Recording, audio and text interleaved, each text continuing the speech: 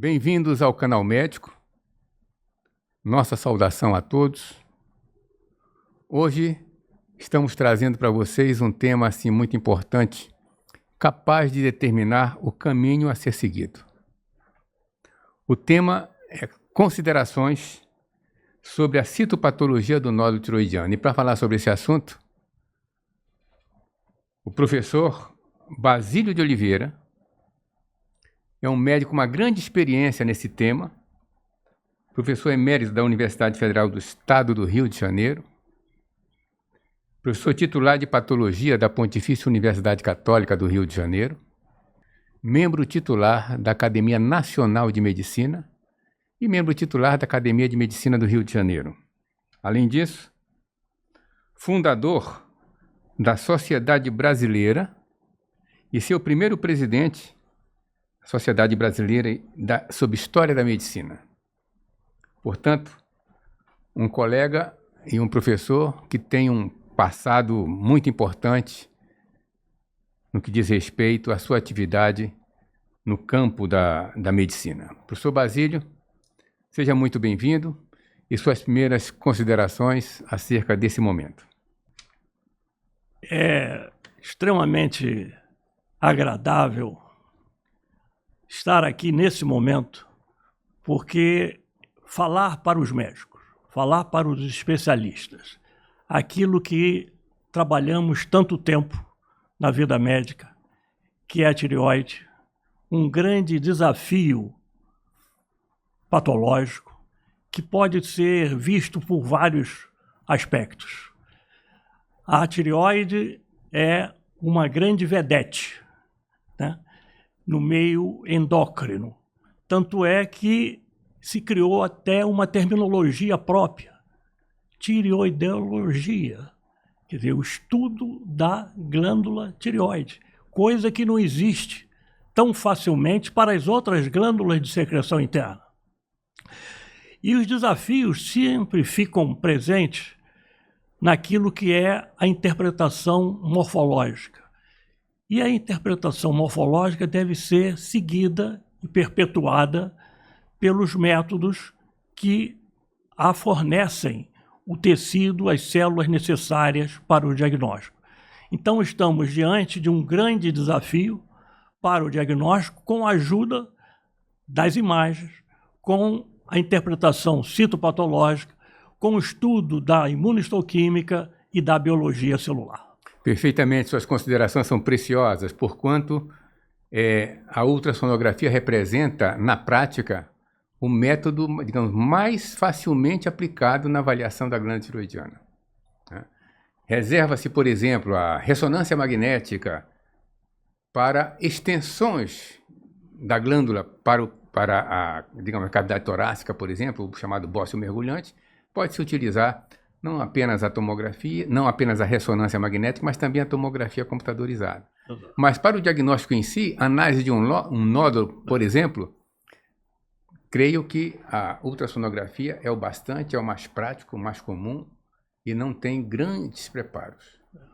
O paciente chega, vai deitar-se e nós vamos examiná-lo. O exame é relativamente breve e alguns pacientes, quero lhe dizer que até conseguem dormir durante o exame, né? Muito bem, mas como o senhor falou, é necessário a participação do sistema de imagem para coletar o material que nós colocamos à sua disposição. O nódulo é o grande desafio no diagnóstico das condições patológicas da tireoide. E a abordagem dele, multicêntrica, multidisciplinar. Várias especialidades, principalmente a imagem, contribuem para esse sucesso diagnóstico. Perfeito. Eu lembro muito bem que durante décadas a punção era feita com base nas bases clínicas. Você palpava um nódulo, fazia asepsia e introduzia uma agulha. E essa agulha você aspirava. O resultado era às vezes muito dramático, né? Porque 25% teria que repetir, porque ou não vinha células, as células eram muito precárias, às vezes não se sabia qual o conteúdo do nódulo. O nódulo que tem conteúdo líquido, ninguém sabia como que estava sendo a interação da agulha com o nódulo, e às vezes puxava o material, esfregava numa agulha, numa lâmina, e o resultado dizia, não tem célula, só tem hemácia. Isso era muito frustrante. Agora não. Eu quero lhe dar uma informação que o senhor já deve saber, mas vou reiterar aqui que muita gente não sabe. Em 1979, o Hospital do Fundão já tinha sido inaugurado. Fazíamos alguns procedimentos em fígado, orientado por ultrassom, amiocentese orientada por ultrassom, outros procedimentos que poderia, eventualmente, o ultrassom contribuir para essa orientação, mas tireoide não havia. A tireoide, se fazia o exame e o ultrassom, mas a orientação do procedimento nós introduzimos em 79. Fundão inaugurou em 78. Em 79, nós convidamos um colega cirurgião geral e pedimos, Sr. Geraldo, por favor, me consegue um caso para tentar fazer essa punção através da ultrassonografia. Eu tive que usar uma agulha mais grossa para poder ser visto no aparelho. A qualidade das imagens nessa época era proporcional ao tempo de existência do método, era precária. E eu lembro muito bem, era uma cena que precisava repetir, um transdutor muito grande, e nós introduzimos a agulha e eu vi a agulha muito mal. Mas sabia que ela estava lá porque eu estava manipulando a agulha. Mas os colegas que estavam comigo, 2 colegas comigo me acompanhando, um cirurgião, José Geraldo Luz Pereira, e um patologista, o Almar da Horta. E eu mostrava, a agulha está aqui, eles não acreditavam, porque não viam. Estava vindo alguma coisa mexendo aqui, rapidamente eu estava mexendo com a agulha, e ela aparecia e desaparecia. Chegaram à conclusão, não, Wilderson, não estou vendo. Eu disse, está aí, acreditem. Foi o que eu disse para eles acreditarem. E de fato estava, mas difícil de ver. Né? Aí conseguimos o material, foi para a citopatologia, estava lá. Em 1978, nós publicamos o primeiro trabalho no Brasil. Em 1980, saiu um trabalho na revista Médica Moderna, no Rio de Janeiro, sobre os nódulos malignos da tireoide. Então, chegamos talvez um pouco antes da publicação inicial do Hospital Universitário Clementino Fraga.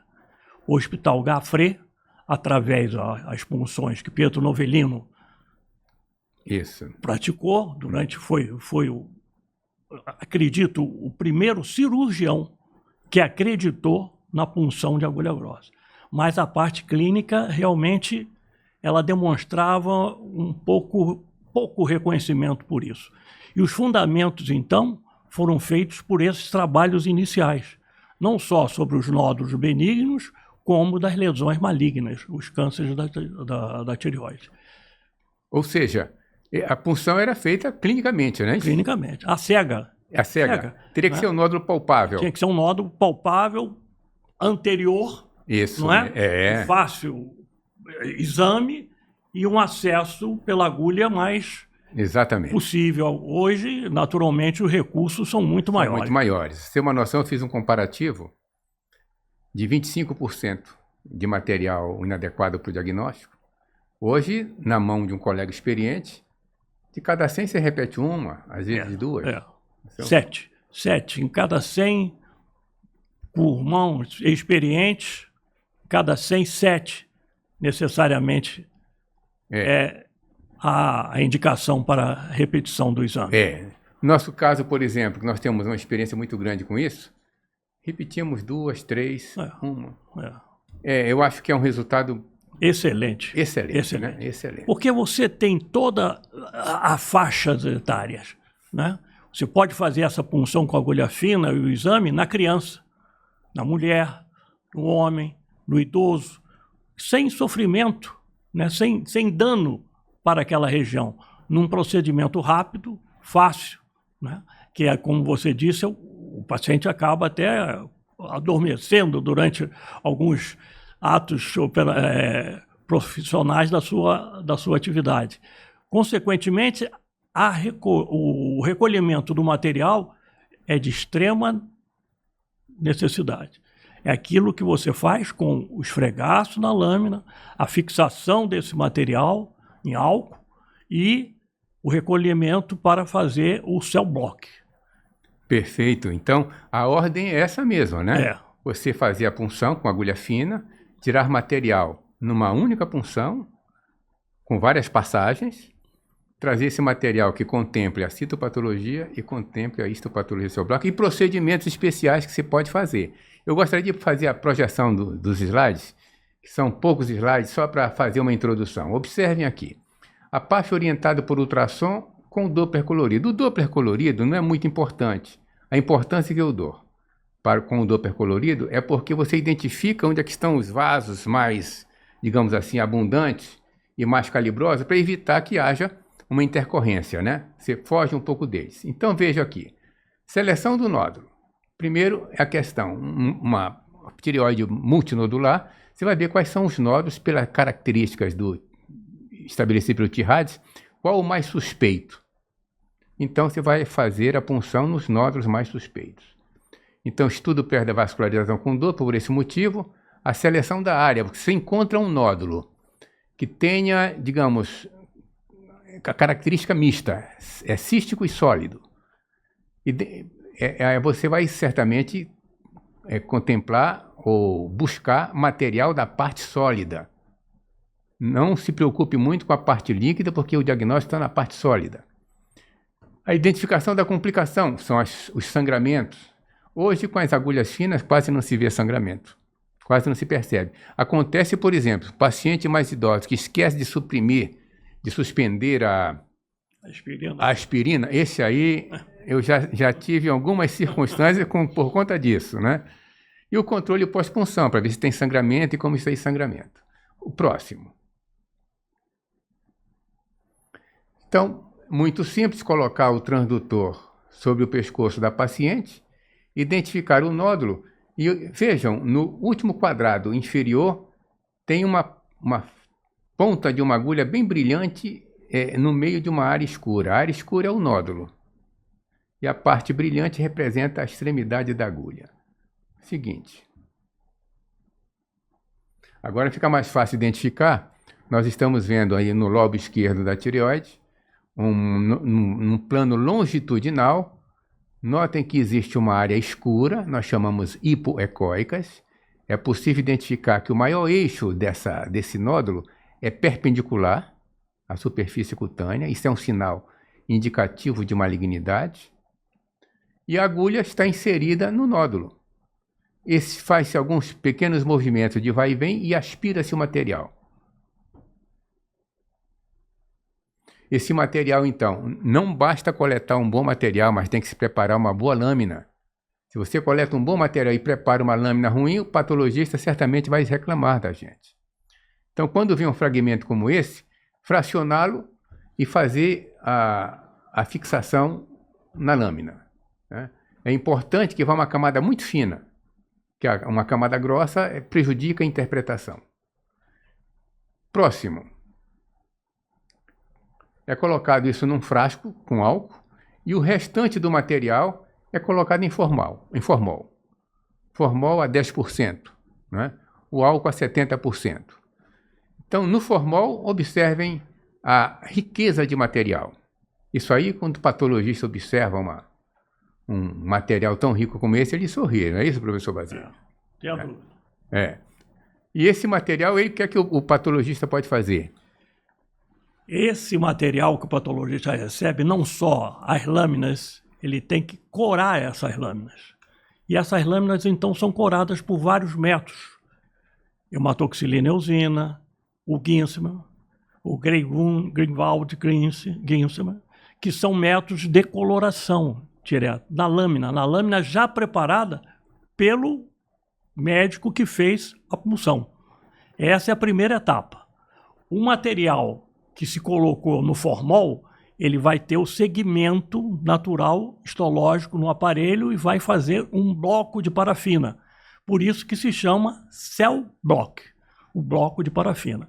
Então o patologista fica, para o seu exame, com as lâminas coradas pelo Papa Nicolau, pela hematoxilina, e fica com o material do cell block. O cell block ele corta, faz também a hematoxilina e deixa ele guardado para observar da necessidade da aplicação da imunistoquímica ou de métodos de biologia celular, molecular ou celular. É isso que é o segmento que está aí antes da visão do patologista. Quer dizer, o material que ele usa. Recebeu, preparou, está pronto para o exame. Essa é a sequência até esse ponto. E reparem que a indicação foi feita pelo especialista chamando paciente. Quer dizer, mostrando que a maioria dos nódulos de tireoide são do sexo feminino. As mulheres têm uma preferência enorme para isso.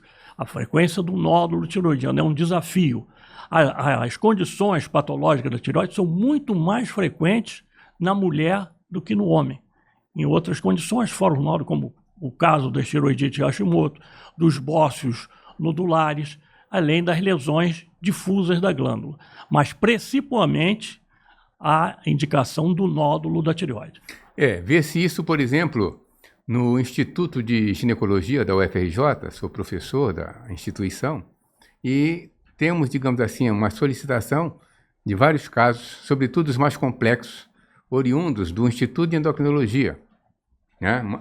O Instituto de Endocrinologia é um celeiro, digamos assim, de produção de pacientes para esclarecimento diagnóstico. E a mulher é prevalente em grande número, né? Chega em alguns momentos a ser de 9 casos de mulher para 1 caso de homem. Uma relação muito marcante, né? Bom, feito isso, próximo. Podemos fazer aquela punção no nódulo tireoidiano e podemos também investigar os linfonodos, quando eventualmente tem algum linfonodo suspeito. Observem, na parte de cima desse quadro, temos 2 linfonodos que estão alterados, têm uma forma ovalar, são heterogêneos, e dá até para ver aqueles pontos brilhantes que representam microcalcificação, né? Essas microcalcificações é interessante, porque quando um nódulo tireoidiano encerra microcalcificações, não é incomum a metástase ter microcalcificação. Esse é um dado a mais que você tem que estar atento. E notem que eles estão próximos um do outro. Esse caso, olha como nós fizemos. Transfixamos um, coletamos imagem e transfixamos o outro. Não há dúvida, porque se tiver, o aspecto ultrassonográfico é muito sugestivo, muito compatível com doença metastática. Tanto de um quanto de outro linfonodo, o material seria representativo de um e de outro, mas trouxemos dos dois.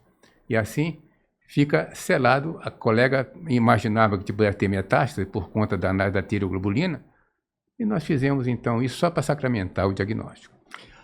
O nódulo da tireoide, o nosso organismo não tem nódulo. Todas as nossas superfícies, pode ser observado, são arredondadas, né? A orelha, o cotovelo, o ombro, os ossos, o músculo, tudo é arredondado. É a menor forma de crescimento celular que existe. Então, no momento em que aparece um nódulo em qualquer local, pode ser na tireoide, pode ser na mama, pode ser na pele, há indicação da punção de agulha fina como regra diagnóstica. Qualquer outro nódulo do organismo. Não só acontece isso ligado à tireoide, mas particularmente aí é uma grande investigação. Então você tem a oportunidade de receber esses casos de lesões sólidas, lesões císticas, lesões sólidas ou císticas ao mesmo tempo. Você pode ter um material líquido, às vezes aspirado, né, hemorrágico, meio amarelado, ou pode ter o tecido com as células junto ao coágulo que você retira para fazer a histologia do cell block. Perfeito. Nessas lesões mistas é onde acontece um grande número de material insuficiente. Sim. Nas lesões inteiramente císticas, com mais razão. Então, o que é que nós temos feito? Coletado o material da parede do nódulo. Sim. Quando é uma cavidade líquida e tem alguma proeminência, alguma projeção sólida, você tem que ir na projeção sólida. Na projeção. Exatamente. Na vegetação que está dentro do nódulo. Isso. E esse líquido, né, tem que ser preparado de uma forma descentrifugado. Esse material é centrifugado para preparar também a lâmina. Então nós podemos receber não só a lâmina do esfregaço, um líquido em separado, que pode ser centrifugado, e o material fixado em formol para seu bloco. Quer dizer, temos várias seções aí, uma sequência importante de coleção de material para o diagnóstico. Isso enriquece mais a possibilidade de você dar o diagnóstico, né? Muito bem. Temos, nesse momento, a projeção do que é realmente a glândula tireoide. Ela é formada por 2 lobos, um lobo do lado direito, um lobo do lado esquerdo, o istmo no meio, ali no meio, e o lobo piramidal. Vejam que esta glândula, que pesa mais ou menos aí cerca de 20 gramas, ela foi seccionada para particularmente mostrar a frequência dos nódulos capazes de serem desenvolvidos nessa glândula. Estes nódulos de diâmetros variáveis, eles são nitidamente preenchidos por um material coloide. Estes nódulos são nódulos coloides benignos. Veja a magnitude, a quantidade de nódulos que uma tireoide é capaz de ser acometida. Numa tireoide que clinicamente não apresentava alterações ao exame clínico, mas no exame da peça cirúrgica e em exames de casos de autópsia, que nós realizamos, também retiramos as glândulas em casos de pacientes que vão ao exame da autópsia, a frequência de nódulos é extremamente importante. E esta frequência foi determinada. Nós fizemos uma sequência no estudo da frequência desse nódulo. Pode passar o outro slide? Aí está. Frequência de nódulos na tireoide em material referente ao Hospital Geral, Hospital Gafreguinle, onde nós estamos lá continuamente trabalhando nesse estudo sobre a tireoide. A frequência dos nódulos na população masculina atinge aí, cerca de 24%. Na população feminina, ela vai a 37%. Na população com 40 anos ou menos, ela baixa um pouco. Na população com mais de 40, ela vai a 32%. Frequência na amostra acima, 25%. Quer dizer, isso significa que pelo menos um quarto das pessoas apresentam nódulo da tireoide. E quanto mais a idade, quanto mais idoso, maior é o número de nódulos. Na população adulta, desnutrida, com câncer até 50 anos, ela atinge 40%. Na população adulta desnutrida com câncer acima de 75 anos, 80%. Na população idosa acima de 75 anos. Vejam aqui ponto que chega a frequência dos nódulos da tireoide. E são nódulos facilmente palpáveis, a não ser aqueles da região posterior da tireoide, que aí o exame de imagem leva à definição desses nódulos. Aí o chamado cisto coloide, uma lesão benigna, um nódulo retirado, aberto, e vejam como o material coloide escorre do interior do nódulo para a mesa que ele está colocado. É um nódulo benigno. Aí, um caso em que a tireoide foi totalmente retirada e no lobo esquerdo, esta lesão nodular brancacenta, bem delimitada, compacta, envolvida pelo parênquima avermelhado da glândula. Uma lesão intraparenquimatosa que qualquer punção, qualquer atitude por punção aspirativa vai trazer material. E material por quê? Ela tem uma consistência, ela é compacta, ela é constituída por microfolículos que formam esse grande nódulo que está aí. Neste outro caso, a imagem será de extremo recurso. Por quê? Porque toda a glândula está substituída por formações nodulares. Então, cabe ao especialista determinar qual a área de melhor acesso, aquela que é melhor indicada para dizer a razão desta lesão, que é um bócio multinodular atóxico, como se chama, não funcionante. Ele não tem uma atividade hiperplásica. Ele tem, pelo contrário, pela fibrose, uma queda na produção dos hormônios. Bem, para regularizar todo esse sistema, foi criado internacionalmente aquilo que se denomina Sistema Bethesda, porque foi feito em Bethesda, numa cidade, e esta classificação inicialmente foi de 2007, originalmente depois publicada, como vocês estão vendo, em 2010. Esta classificação deu início a uma grande sistematização de todas as condições patológicas vistas pelos citopatologistas e pelos patologistas também. Esta classificação mostra 6 categorias diagnósticas. A número 1 é aquela em que, feita a punção, não vamos ter resultados adequados. Por quê? Porque é um cisto de conteúdo líquido, um material acelular, saem hemácias, tem artefatos de coagulação e artefatos de ressecamento. Então, quando isso acontece, o citopatologista diz Bethesda 1, não diagnóstico. O que significa? Significa que, muito provavelmente, este caso se reserva a uma posterior verificação por outro exame por agulha. É Bethesda 1. Bethesda 2, que é o benigno, consistente com doença nodular. É aquilo que mostramos anteriormente, o bócio nodular atóxico. São vários nódulos, incluindo nódulos adenomatosos e nódulos coloides.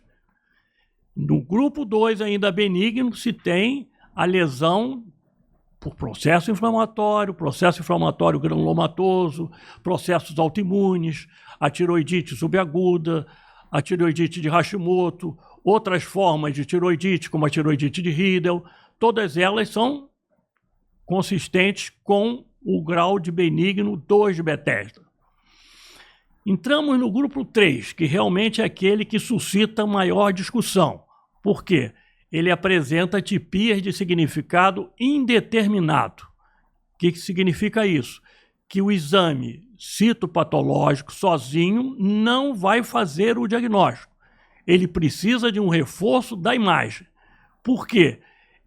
E nesses esfregaços nós encontramos atipias que são denominadas atipias de significado indeterminado, ou outras atipias também presentes, conforme veremos posteriormente. No grupo 4 é de neoplasia folicular. Aí é específico para atipias de tipo oncocítico, aquele chamado tumor de célula de Hutter. As atipias de significado indeterminado são de 2 grupos. Aqueles ligados às alterações arquiteturais, em que se vê os grupamentos de células amontoados em lençol, aspecto em lençol, separadas por material proteico, e no detalhe acima à direita, a presença dos núcleos com certas atipias, leve hipercromatismo presente nas células. Este caso, Bethesda 3, é um diagnóstico expectante. Quer dizer, o citopatologista, junto com a imagem, do endocrinologista, do clínico, vai decidir a melhor maneira. A outra forma, nesse grupo, que são das atipias nucleares, portanto, também dentro das atipias de origem folicular de significado indeterminado, nós temos as alterações nucleares. Notam aí os núcleos mais juntos, compactos, com a borda do núcleo, o nucleolo, a membrana mais ou menos nítida, o que não permite o diagnóstico definitivo de malignidade. Então, esses 2 tipos, as alterações arquiteturais e as alterações nucleares, são aquelas que devem levar em consideração para uma posterior discussão ou diagnóstico através da biologia molecular. O grupo 5 é o grupo Bethesda, dos tumores. Aí nós temos aquilo que se classifica como lesão suspeita ainda, para carcinoma papilífero, para carcinoma medular, para carcinoma metastático, para até linfomas da tireoide. E o carcinoma folicular, naturalmente, ele entra no diagnóstico diferencial junto com adenoma e pode cair no grupo das lesões com atipias nucleares. E no grupo 6 são aqueles declaradamente malignos. Aí não há dúvida do diagnóstico. Aí se tem o carcinoma papilífero definitivamente caracterizado, o folicular, o medular, que é o neuroendócrino, o indiferenciado ou anaplásico, que é extremamente agressivo, os carcinomas de células escamosas, que são raros, e o carcinoma com características mistas. Pode ter um tipo folicular, pode ter um tipo papilífero, de malignidade metastática e dos linfomas.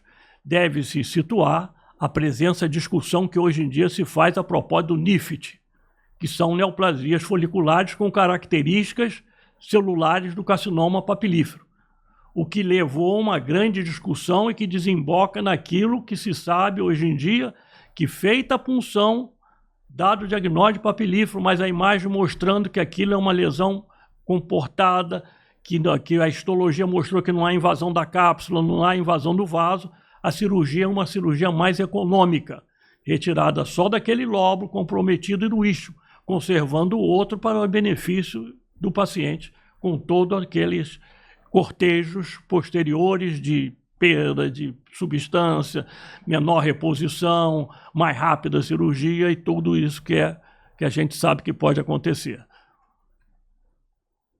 Aí nós temos as características, e no círculo já mostrado ali, o que é uma pseudo-inclusão. Está definido pelas características celulares, citoplasma amplo, bem corado, avermelhado, acidófilo, as células de citoplasma às vezes granuloso também, e a presença da pseudo-inclusão, o que não é definitivo para caracterizar carcinoma papilífero. O conjunto da regra, o conjunto das alterações que vai levar ao diagnóstico, junto com outras modificações como o groove, as ranhuras, o acoplamento das células, o acomodamento dessas células para o diagnóstico de carcinoma papilífero. E aí o carcinoma de células oncocíticas, aquilo que se denominou durante muito tempo como carcinoma ou adenoma de célula de Hutton.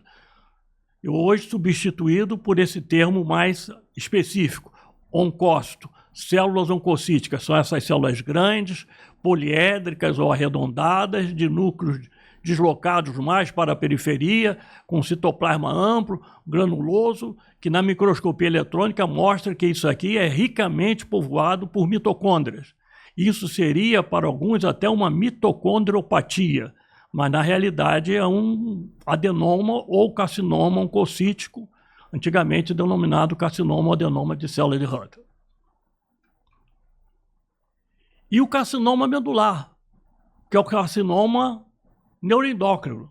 Você poderia ter aqui uma participação naquilo que se faz com o seu bloco, que é visto na imagem à direita, embaixo, que aquele material homogêneo é material amiloide.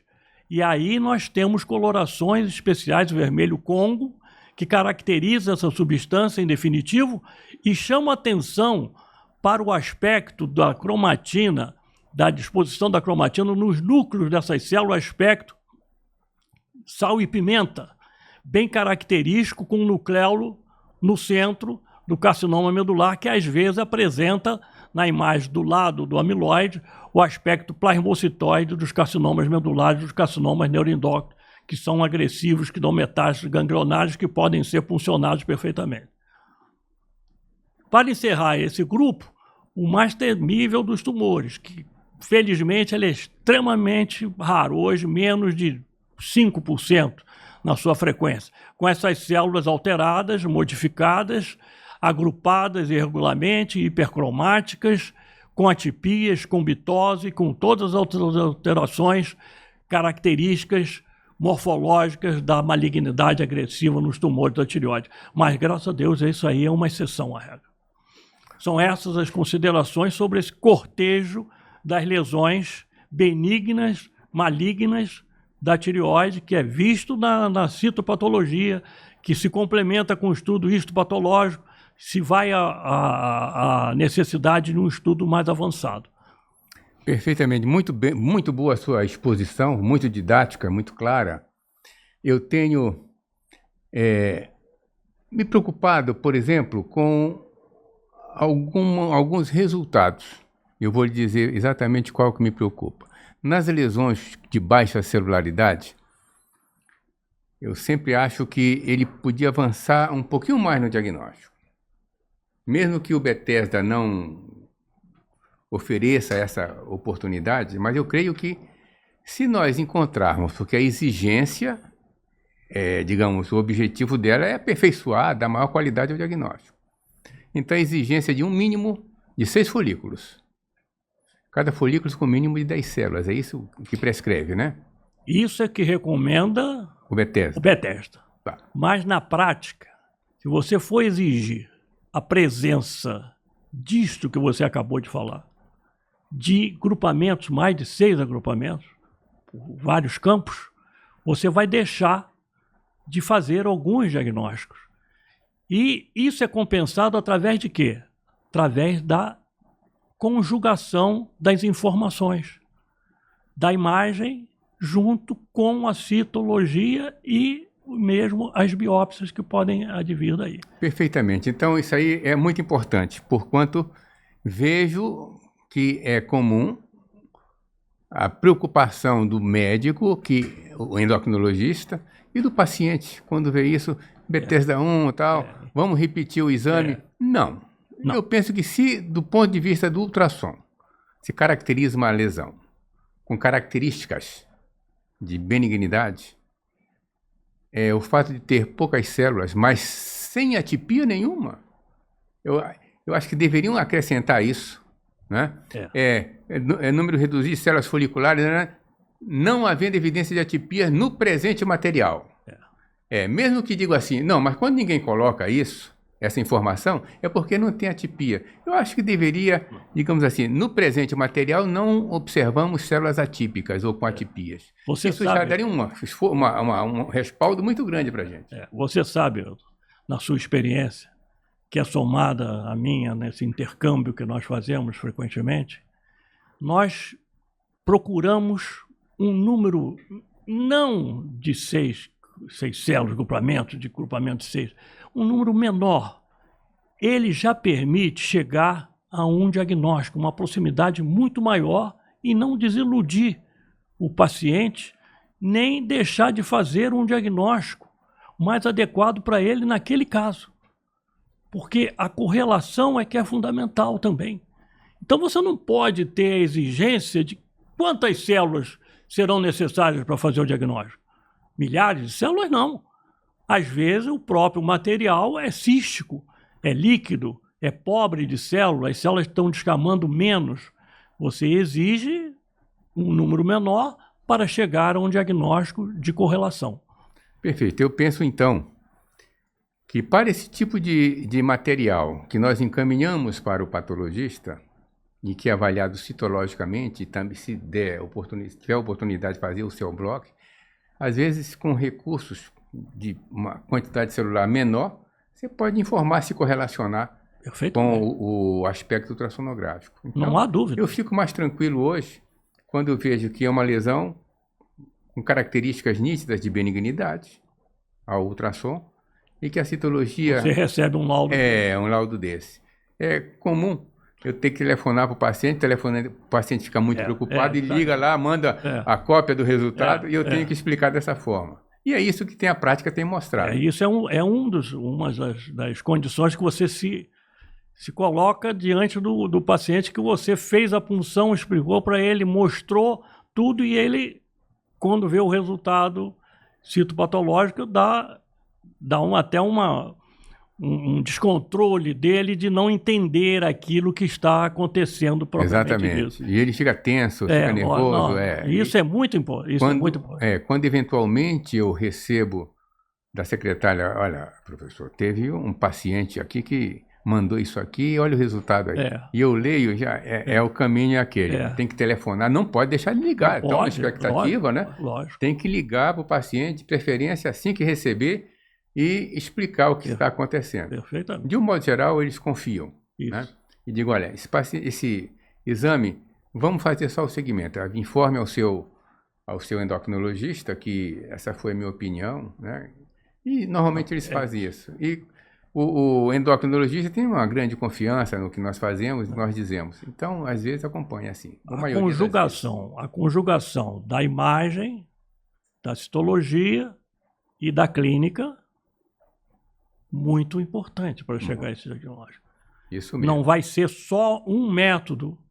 Por isso é que nós falamos, a punção o diagnóstico das condições patológicas da tireoide é multidisciplinar. São vários compartimentos que se juntam para chegar ao diagnóstico melhor para cada caso. Digamos, o campo do diagnóstico por imagem está repleto de fórmulas, né? De conceitos e tabelas para estabelecer o critério de risco.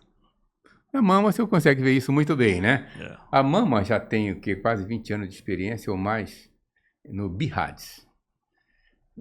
E ela já está na 5ª edição. Ou seja, cada vez publicado tem um aperfeiçoamento. Só um exemplo para lhe dar. No passado, tinha uma categoria 3. Aquele nódulo que se olha, por exemplo, é bem circunscrito, não tem calcificação, para dizer que é um fibroadenoma calcificado. Então você olha aquilo e diz, poxa, as características são de benignidade, mas eu não posso jurar que seja uma característica benigna. Vamos fazer o acompanhamento? Vamos fazer o acompanhamento. No passado, se fosse palpável, você daria uma categoria 4.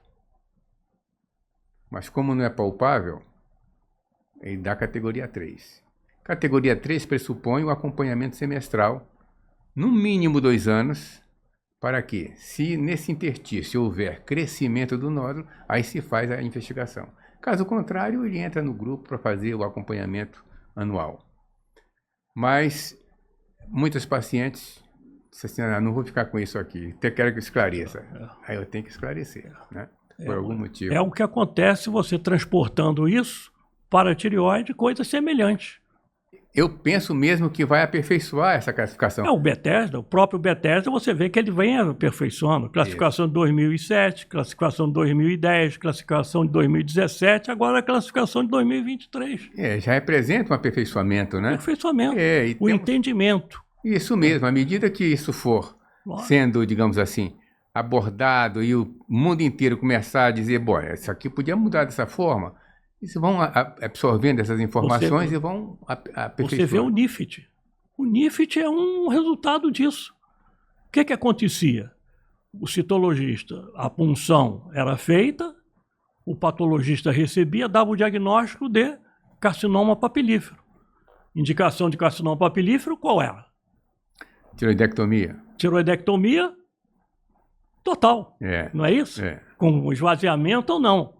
Hoje se faz o diagnóstico, faz a punção, carcinoma papilífero, vamos estudar isso junto com a imagem. Por quê? Provavelmente essa lesão é encapsulada, não tem invasão, não tem um número significativo de calcificações nem nada, e isso muito provavelmente é o NIFT. Fazer o NIFT. Se houver necessidade, você pode até partir para o exame perioperatório, o exame de congelação, que é o exame na sala, do patologista presente na sala para confirmar que aquela lesão é perfeitamente encapsulada. E aí o benefício que o paciente tem. Por quê? Ele vai retirado dele só o nódulo e o isquio, deixando o lobo oposto para as funções normais da tireoide. Isso foi um ganho terrível, que significa que 20% dos casos, no mínimo, 20% dos casos da tireoide estavam sendo operadas além do necessário, com resultados, às vezes, né, que não são muito satisfatórios no sentido de perda daquela substância, perda daquele tecido e uma reposição para o resto da vida, né, que há necessidade. Hoje já se vê mesmo colegas que fazem a hemitiroidectomia, né? Exatamente. Quando não tem invasão de cápsula, olha a cadeia ganglionar, não tem nenhum sinal de gânglios comprometido, então permite fazer isso. Permite. Não, digamos assim, não se pode dizer que aquele lobo permanecente, que permaneceu, vá suprir as necessidades das 24 horas, sim. né? Mas uma reposição menor. E também tem casos que, olha, ainda hoje eu examinei uma paciente que sentia um lado. Toma remédio? Não. Estava suprindo. Um único lobo que permaneceu estava suprindo a necessidade perfeitamente. São os casos, às vezes, dos incidentalomas. Incidentalomas. Em que você acha, vai fazer o exame de carótida, sim, passa pela frente da região cervical, a tireoide, examina a presença de um nódulo, um achado, incidentaloma. Vai fazer punção? Até 1 centímetro? Eles não fazem punção. Existe o quê? A vigilância ativa, hoje em dia chamada vigilância ativa. A tireoide, o paciente, o caso, deve ser mantido sob observação, para saber se ele cresce, se ele se desenvolve depois de 6 meses ou não, para indicar, então, a punção aspirativa. Isso. Então, a vigilância ativa, hoje em dia, é extremamente importante nesses casos de nódulo de tireoide, principalmente considerando o tamanho da lesão. Os chamados microcarcinomas, as lesões mínimas, os microcarcinomas papilíferos, os carcinomas ocultos da tireoide. Hoje há uma tolerância maior, mesmo que você perceba que existem sinais indicativos de benignidade, não vai funcionar qualquer tipo, né? Qualquer tamanho. Normalmente se prescreve que quando atingir 1 centímetro se possa fazê-lo, né? Exatamente. E eu vejo com bons olhos isso, porque eu dizia para os meus alunos, há algumas décadas atrás, que quando eles me perguntavam, mas o senhor consegue funcionar um nódulo desse tamanho? Eu disse, olha, desde que não tenha, eu dizia brincando, desde que não tenha um diâmetro inferior ao calibre da agulha, porque de fato você com treinamento consegue pegar nódulos muito pequenos. Veja como houve o avanço da medicina nesses últimos anos, não é? A punção foi uma marca, não é? Isso. O diagnóstico por imagem, outra marca. A interpretação dessas lesões, de lesões pequenas, lesões mínimas, lesões incidentalomas e lesões maiores mesmo, com um diagnóstico preciso que dá uma qualidade de raciocínio para o diagnóstico melhor para cada caso. Isso que o senhor falou acerca da detecção acidental, porque a maioria desses nódulos não exerce nenhuma alteração na função tiroidiana, sabemos disso, né? Agora, precisa ter a consciência daquilo que foi bem feito, da forma com que foi realizado, e isso em mãos adequadas. Você tem um conhecimento não só da experiência da citopatologia, como da imagem. Correto. Junto com o laboratório e outros exames que podem ser aplicados no diagnóstico. Isso mesmo. Cerca de 30% dos nódulos estão presentes e não são palpáveis. É alto, né? A incidência é alta. Ele cresce ao longo do lobo, só crescem mais posteriormente, são pequenos. A imagem vai permitir. Vai permitir essa detecção. E o acesso à obtenção do material. Trazer. Então, é um número relativamente alto de tumores que não são palpáveis.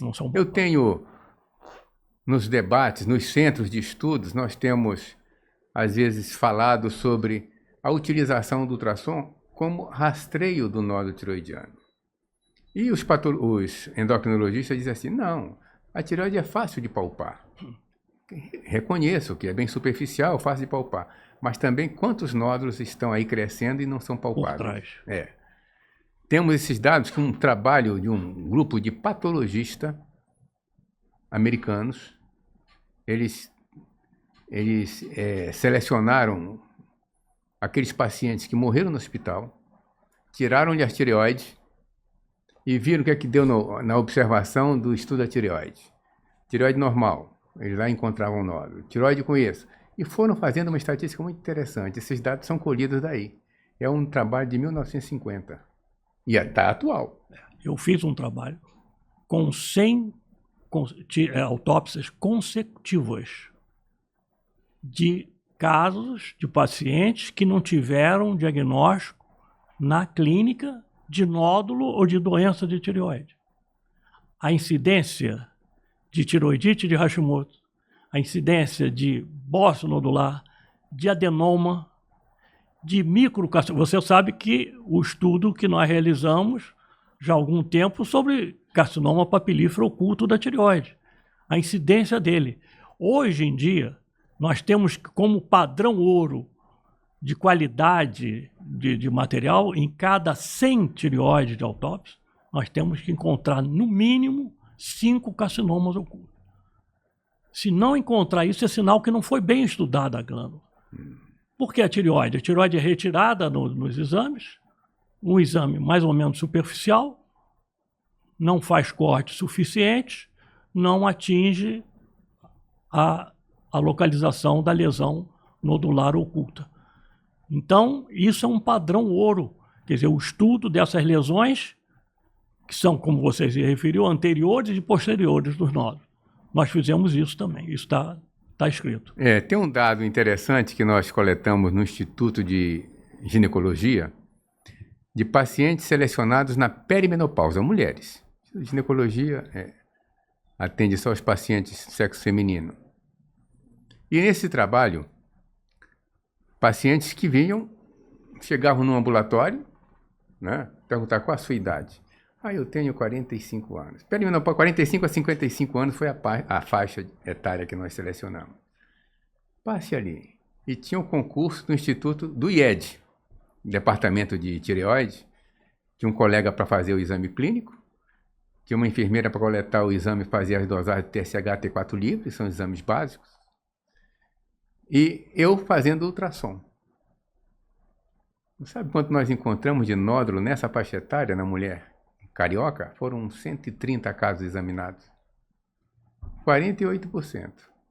É alto, não é? É alto.